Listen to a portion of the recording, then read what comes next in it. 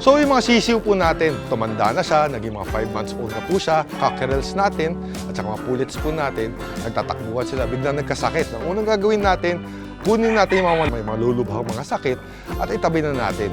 At bibigyan na po natin ng susunod na antibiotic natin. Ito po ang Paracure S+.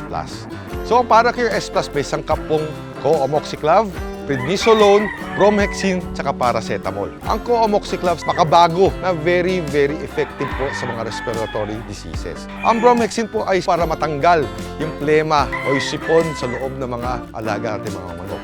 Ang prednisolone naman po, mga airways ay pinapalaki niya para hindi mahirapan makahinga ang ating mga alaga.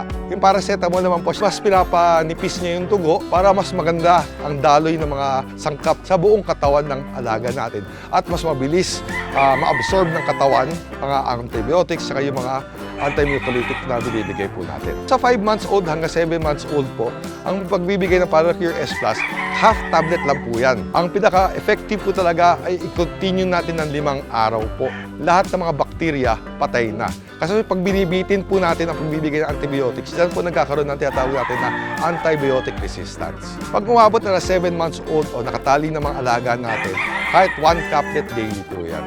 Ang isang tip na pwede ko i-share kung magagamot tayo ng mga respiratory diseases sa ating mga alaga ay magde-declogging muna tayo bago tayo magbigay ng antibiotics. Minsan pag hindi tayo nag-declog, naggamot tayo, yan yung mga times na nakita natin na wala nang sipon ng manok natin pero may mga bukol-bukol. Kailangan pa natin hiwain para mailabas.